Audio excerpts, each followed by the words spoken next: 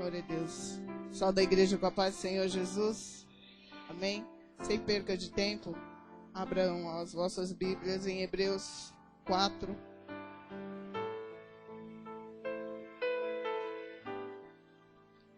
Hebreus capítulo 4, no versículo 14 em diante.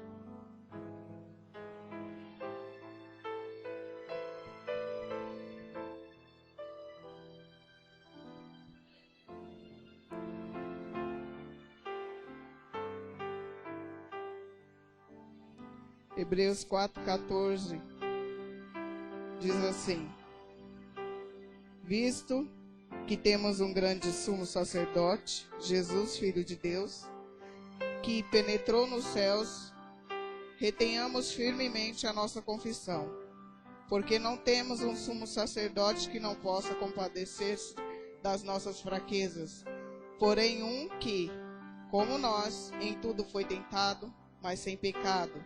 Chegamos, pois, com confiança ao trono da graça, para que possamos alcançar a misericórdia e achar graça, a fim de sermos ajudados em tempo oportuno. Pode sentar, igreja. Glória a Deus. O Senhor, desde o começo do culto, Ele tem confirmado a sua palavra. Primeiro a Gislane falou que ia ter cura. Depois a pastora Nicole falou que aquele que falou que não ia, ele foi. Tem 2 semanas que o Senhor me deu essa palavra.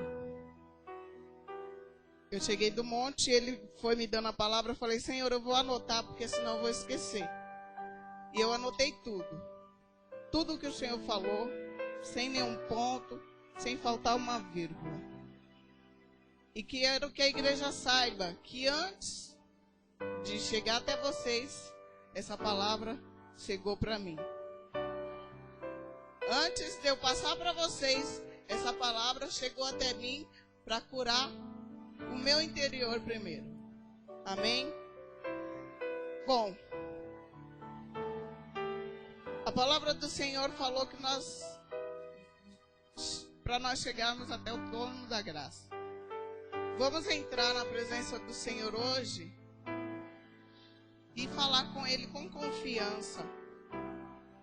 Tudo aquilo que nós somos, tudo aquilo que nós sentimos, tudo aquilo que tem acontecido com nós por dentro, pelo nosso interior, aquilo que nós temos passado todo esse tempo.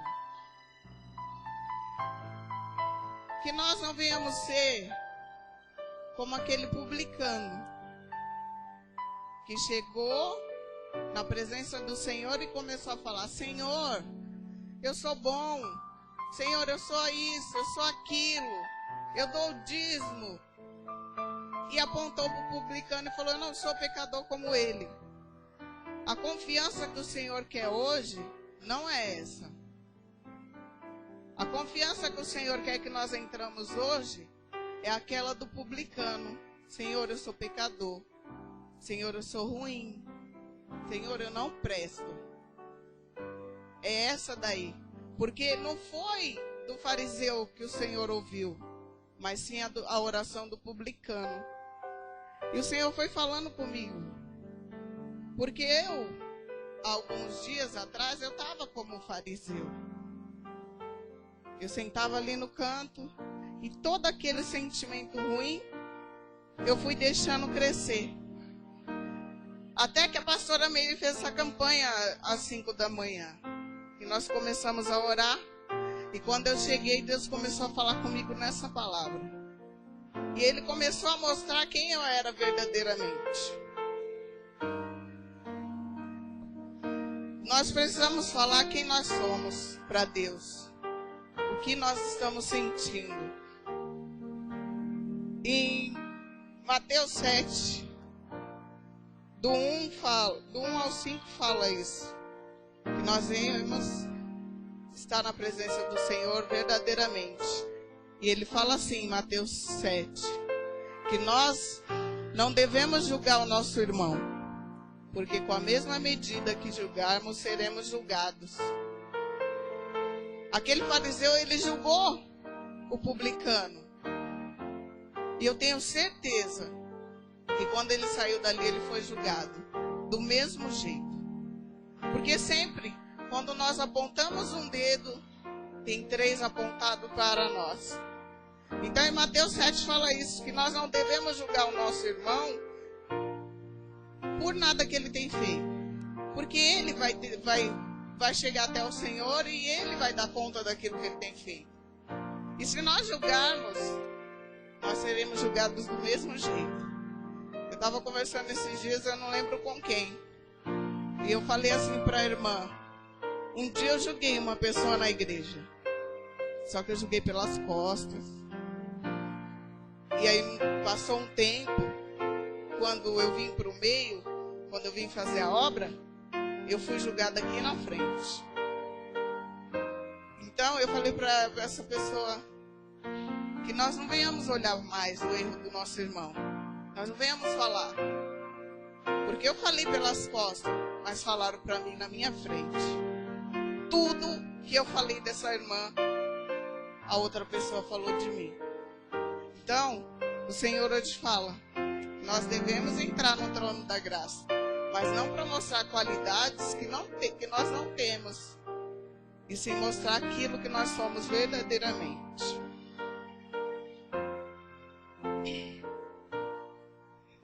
Eu vou ter que falar. Muitas vezes nós somos egoístas, nós somos hipócritas, nós somos invejosos, avarentos e muitas outras coisas ruins que eu vi em mim, que eu sei que eu era, ou que eu sou ainda. E eu falo sempre para o Senhor: Senhor, eu sou desse jeito. Só o Senhor pode mudar minha vida. Eu não consigo, mas o Senhor consegue. É isso que o Senhor quer. A palavra do Senhor, Mateus 6:21, diz assim: porque onde estiver o vosso tesouro, aí está também o vosso coração. Aonde está o nosso tesouro hoje? Na avareza, na hipocrisia, na inveja, no ódio? Ou o nosso coração está no céu, ligado no Senhor, focalizado naquilo que o Senhor tem para nós? O Senhor foi falando desse jeito comigo: onde está o teu tesouro? E ele, ao mesmo tempo, ele respondia onde estava o meu tesouro. Ele falava: você é assim, você é assim. E eu falava: não, eu não sou assim. Eu chegava a teimar com o Senhor falando que não. Só que o Senhor, ele conhece o nosso oculto, o nosso profundo. Ele esquadrinha o nosso rim, ele esquadrinha o nosso coração. E eu falava para o Senhor não, e o Senhor falava: você é assim. Que nós venhamos responder essa pergunta para o Senhor hoje: aonde está o nosso coração? Onde está a nossa riqueza? Eu não peço para os irmãos falar para mim onde está, porque eu não posso resolver o seu problema, mas Deus pode. Aquilo que tem impedido você de chegar até o Senhor, aquilo que tem impedido, colocado uma barreira entre você e o Senhor, tem que ser derrubado por terra hoje. Porque, como já foi falado no começo, hoje o Senhor vai trazer a cura. Só que agora Ele está mostrando a doença. Ele está mostrando a enfermidade. Você pode falar: ah, não, isso não é comigo. Mas o Senhor sabe com quem Ele está falando nessa noite.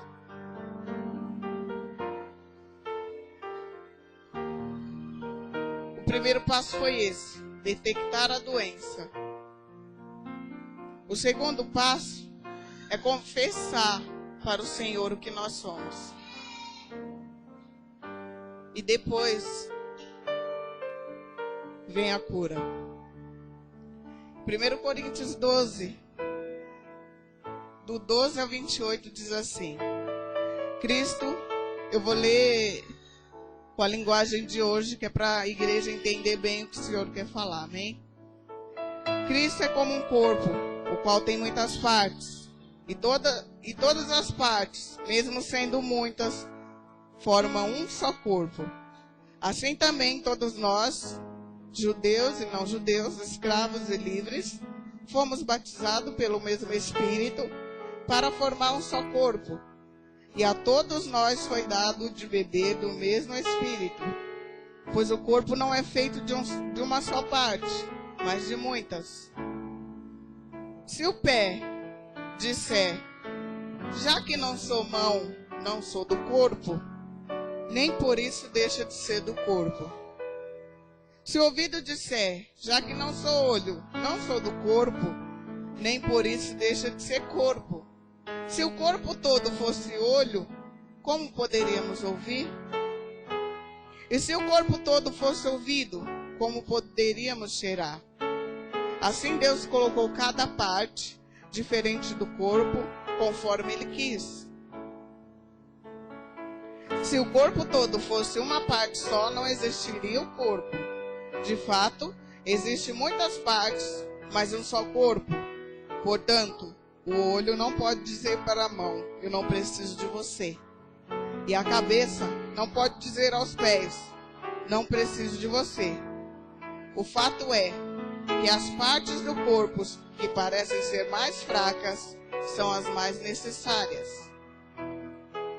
E aquelas que achamos menos honrosas são as que tratamos com mais honra.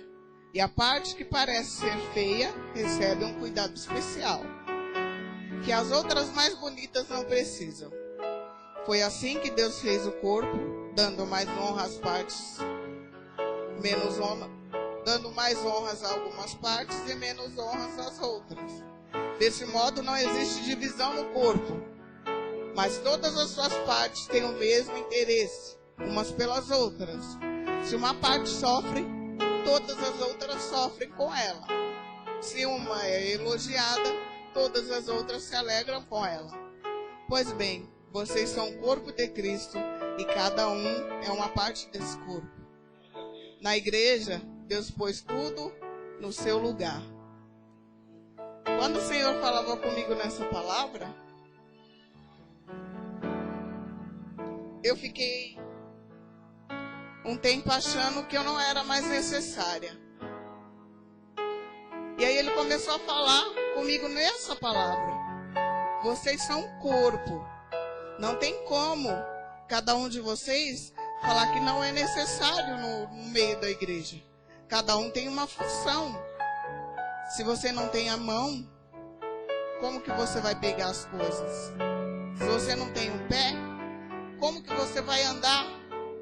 Se não tem o olho, como que você vai ver? E o ouvido, como que vai falar? Na igreja, o Senhor colocou cada membro no seu devido lugar. Colocou os pastores, os missionários, presbíteros, diáconos, mas também tem os membros. Como que os pastores vão falar da palavra do Senhor se não tiver os membros? E aí Ele começou a falar comigo, você é sim necessário. Porque se um ficar doente no meio de nós, toda a igreja fica doente. Se você machucar uma unha, dói demais. A unha é necessária para proteger o dedo. Cada um de nós temos uma função dentro da igreja. E o Senhor falava comigo que muitos não se acham necessários aqui no meio da igreja. E aí por isso fica olhando, porque um faz isso, porque o outro faz aquilo. Mas você é sim necessário. Se você não estivesse aqui adorando, para quem que eu estaria pregando? Se os pastores não estivessem aqui, quem que eles iam pastorear? Quem que eles iam louvar? Para quem que eles... Só para o Senhor. Mas o Senhor, Ele não quer só isso. Ele não quer só aqui. Ele quer que nós alcançamos além daqui. E muitos aqui têm deixado de fazer a obra porque têm olhado o defeito, ou olhado um irmão, porque o irmão louva mais, ou porque o irmão prega mais. Mas o Senhor fala, eu coloquei aqui cada um do jeito que tinha que ser colocado. Eu coloquei você aonde você deveria estar. Se a irmã louva mais, é porque eu quero que ela louva mais. Se ela prega mais, é porque eu quero que ela prega mais. Se o irmão ora mais, é porque eu quero que ele ore mais. Você é necessário. Você pode ser uma unha. Mas aqui a palavra do Senhor fala que aqueles que são fracos é o que o Senhor tem um cuidado mais especial. E aqueles que se acham feios, o Senhor cuida melhor. O Senhor dá honra àqueles que não acham que não tem honra. Então cada membro tem o seu devido lugar. A palavra do Senhor fala que nós devemos alegrar com os que se alegram, chorar com os que choram. Se nosso irmão está aqui alegre, louvando ao Senhor, glória a Deus pela vida dele. Vamos louvar junto com ela. Se a irmã está chorando porque está passando algo, vamos orar e chorar junto com ela. Não se alegrar com a tristeza dela, ou se alegrar com o problema do irmão. Não, irmão, vamos te ajudar. Vamos orar, vamos louvar. Vamos fazer tudo junto. Que aqui ainda fala, o membro, o corpo, não tem divisão. Não tem como dividir o corpo no meio. Não tem como ter divisão.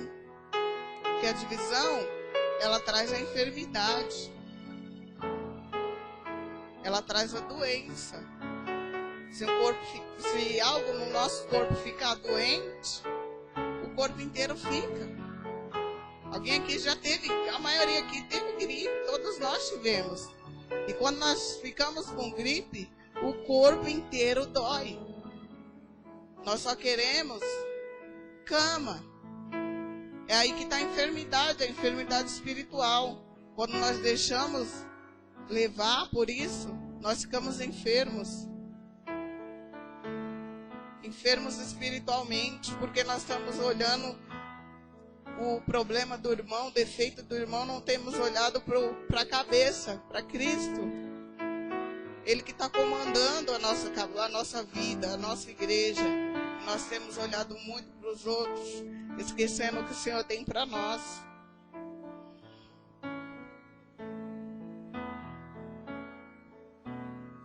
E aí, depois que eu li essa palavra, eu fui ver no livro de ciências o que cada órgão interno tinha, qual era a função de cada um deles. Eu pesquisei só alguns que o Senhor me deu, que foi o fígado, a vesícula e o pâncreas. O fígado trabalha junto com a vesícula e o pâncreas para transformar gotonas de gordura em pequenas gotinhas de gordura. E aí a digestão fica mais fácil. E pode ser eliminada pelos rins. O rim corre o risco quando há muita concentração de sal no organismo.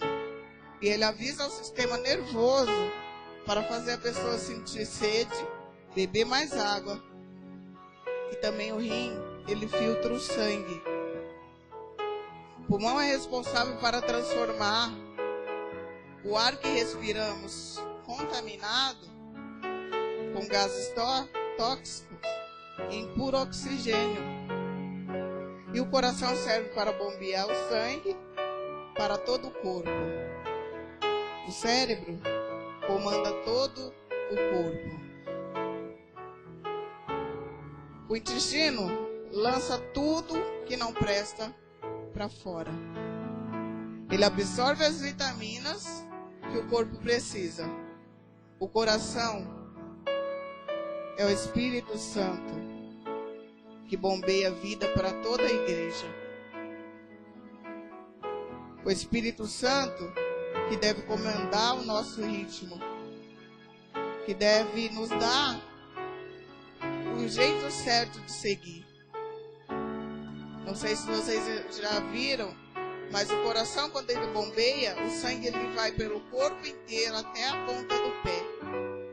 O Espírito Santo, ele tem que comandar desse jeito no meio de nós. A vida. A vida. O Espírito Santo, ele traz a vida para nós. O cérebro, quando ele não funciona bem, e quando ele não envia... Quando ele funciona bem e envia o comando para cada membro do corpo, para que ele funcione do jeito certo. O cérebro, ele envia comandos para cada função. A mão, se a gente vai mexer, o olho, o corpo inteiro é o cérebro que comanda. Cada movimento é o nosso cérebro que dá a ordem para que o corpo venha funcionar corretamente. Esse é Jesus. Se ele não reinar absoluto, nada funciona como deve. No ser humano, se ele tem a morte cerebral, o ser humano é dado como morto. E os órgãos dele só servem para ser doados. Se nós não deixarmos o Senhor, Jesus, reinar absoluto, nós também somos dados como mortos. Se o Senhor não reinar absoluto em nossas vidas, nós morremos espiritualmente.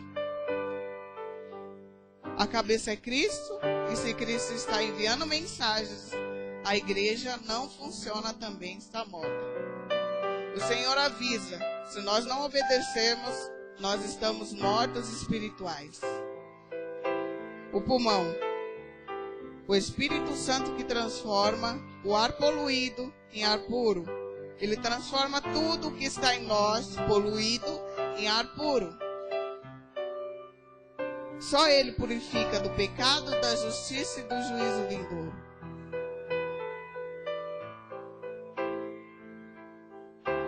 O Senhor também me fez lembrar da peça que os adolescentes fizeram aqui no congresso da igreja. 3 pessoas representou a igreja aqui. E eles eram marionetes na mão do adversário. Tudo que o adversário mandava eles fazer, eles faziam. Enquanto a igreja dormia no canto do púlpito. E o Senhor foi me fazendo lembrar dessa peça. Só que aí as pessoas falavam assim: acorda, igreja. Acorda, igreja. E a igreja continuava dormindo. Acorda, igreja. E a igreja continua dormindo. Só que aí o Senhor chegou até ela e falou: por que você ainda está dormindo, igreja? Ela falou: ah, Senhor, o fardo está pesado e eu não consigo carregar. Quando o Senhor tirou o fardo, tinha inveja, contenda, tinha pecado da carne, tudo que não prestava. O Senhor falou: mas não era para você estar carregando essas coisas. Porque a palavra do Senhor fala que o jugo do Senhor é leve e o fardo é suave. Ou vice-versa. E ela carregava aquilo. Só que o Senhor veio e cortou aqueles fios invisíveis que prendiam as pessoas para fazer tudo que o adversário queria. Naquele momento, quando a peça foi feita aqui, que o Senhor cortava o fio, as pessoas eram libertas de uma prisão espiritual invisível, que nós não podemos ver, e que nós estamos nessa prisão invisível muitas das vezes. Muitas vezes nós ficamos com raiva, muitas vezes nós ficamos com inveja, com avareza, damos liberdade para a carne, e não vemos que nós estamos presos espiritualmente e fazendo tudo que o adversário quer. Ah, não, sempre a culpa é de alguém. A culpa é do irmão, mas não é minha. O Senhor falou muito comigo nessa peça também. Que nós estamos presos em algo que nós não vemos. o adversário, ele não está brincando de ser adversário. Só que nós estamos brincando de ser crente. Nós estamos com a venda nos nossos olhos e não vemos aquilo que o Senhor quer para as nossas vidas. O Senhor não chamou ninguém para ficar sentado no banco. O Senhor chamou para fazer a obra. Por isso que o Senhor está, acorda, igreja. Nós estamos perdendo tempo com coisas pequenas, minúsculas, nada. E por isso nós estamos presos em linhas invisíveis, e o adversário faz o que quer com a gente. Se nós dessemos lugar para o Senhor, para Ele comandar, nós não estaríamos fazendo a vontade do adversário, e sim o que o Senhor quer para nós. A obra, buscar almas, ir em presídios, hospitais. O irmão Vinícius falou para mim que a mãe dele foi operar e ele foi visitar ela. Ele falou que viu kardecistas, viu umbandistas, viu até católico no hospital. Só que ele não viu crente. Ele não viu crente subindo para falar da palavra do Senhor. Ele viu de tudo, menos os evangélicos subindo para falar da obra que o Senhor fez nas nossas vidas. E nós temos nos fechados no nosso mundinho e deixando o adversário fazer o que quer com a gente. O fígado, vesícula e pâncreas, eles trabalham juntos para eliminar a gordura. Os três trabalham junto. Um envia mensagem para o outro e eles trabalham junto e conseguem eliminar a gordura. E aí o Senhor me mostrou onde estava a gordura. Salmos 73, versículos 6 e 8. O meu está com a linguagem diferente, mas é quase a mesma coisa.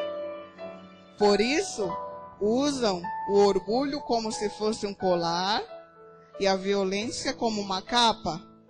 O coração deles está cheio de maldade e a mente deles só vive fazendo planos perversos. Eles gostam de caçoar, só falam coisas más e são orgulhosos, fazem planos para explorar os outros. A gordura está nisso, no pecado da carne, no orgulho. Esses dias a pastora Meire colocou a gente aqui numa roda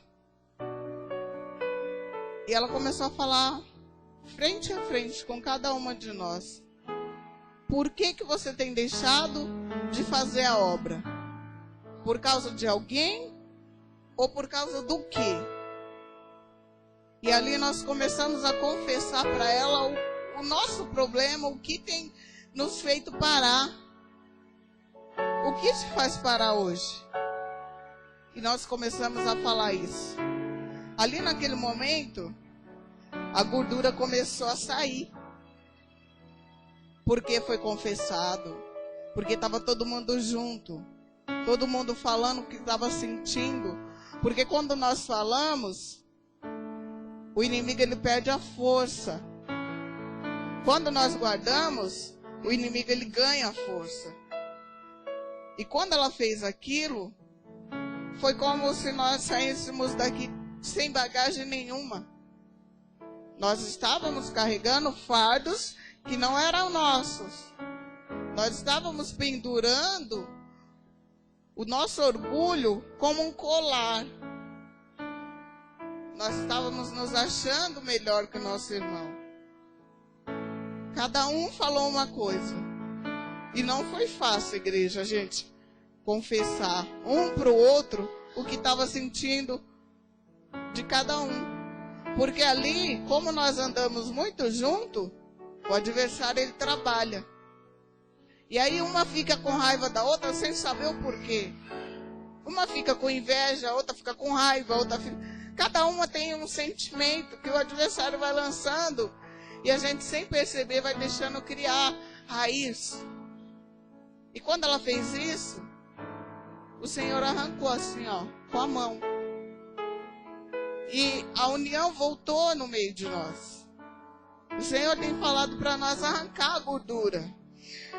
Arrancar aquilo que não presta, aquilo que tem atrapalhado nós fazermos a obra dele, fazer a vontade dele. Lucas 14, 34. O rim. O rim, ele elimina o sal.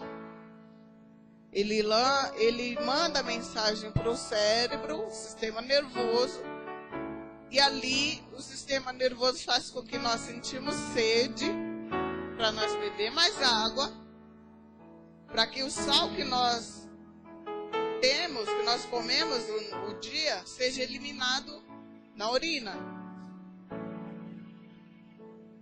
E a palavra do Senhor fala assim, Lucas: bom é o sal, mas se ele degenerar, como se adubará? Nem presta para a terra, nem para o monturo.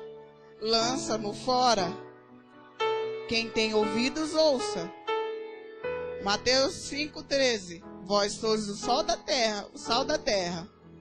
E se o sal for insípido, com que se há de salgar? O Senhor fala, bom é o sal. Só que se for muito salgado, ele não presta. Se for insonso, também não presta. A palavra do Senhor fala que nós não devemos ser morno. Nós podemos ser frio ou quente. Morno, ele vai vomitar.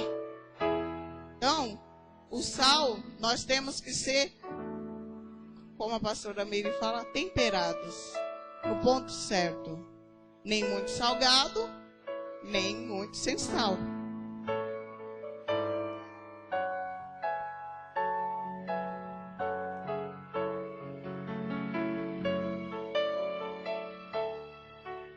Hoje nós podemos chegar com confiança ao trono da graça e falar para o Senhor tudo aquilo que nós sentimos, tudo aquilo que a palavra falou conosco nessa noite.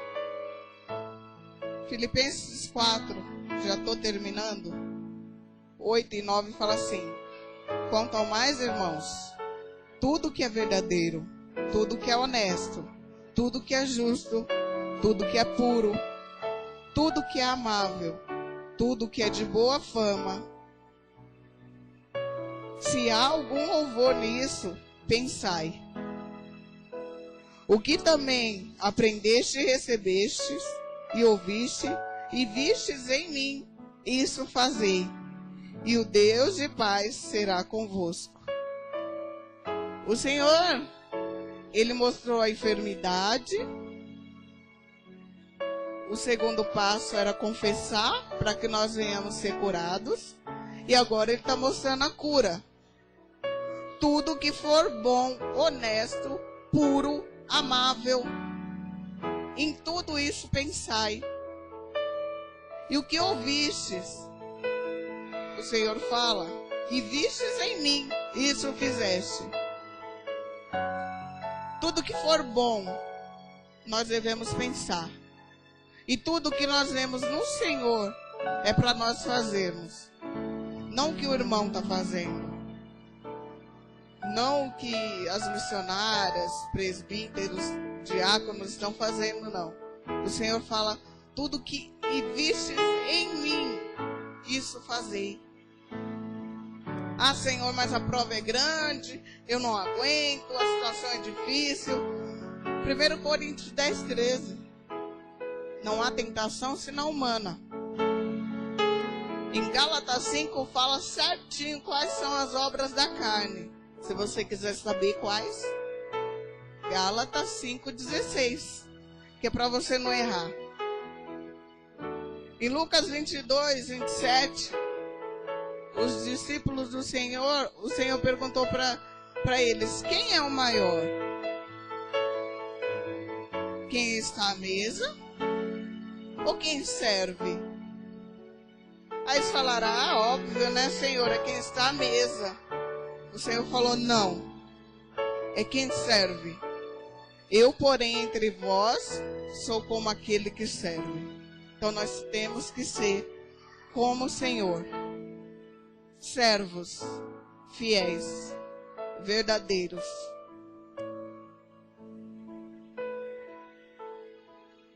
Ah, mas eu não consigo. Tudo isso é bonito, você está falando. Eu não consigo.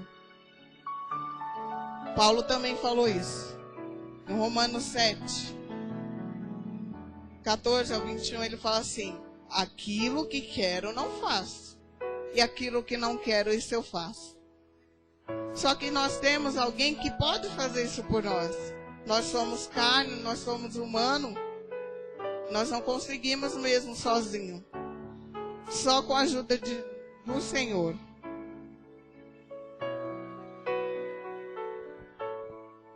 Vamos entrar agora, igreja, no trono da graça, que foi a palavra de início.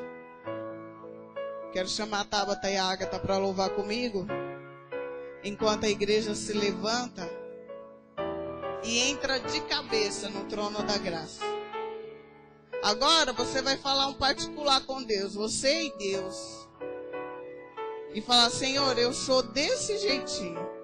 Enquanto a gente louva, você confessa para o Senhor quem você é. Porque como ele falou de início, hoje ele tem cura para você. Hoje ele tem libertação. Hoje ele tem a transformação. Mas você tem que querer e confessar para o Senhor de coração. Não sou eu que vou forçar você a confessar nada. Você tem que cair na realidade sozinho, você e o Espírito Santo, e confessar quem você é verdadeiramente e o que você está sentindo de verdade. Amém?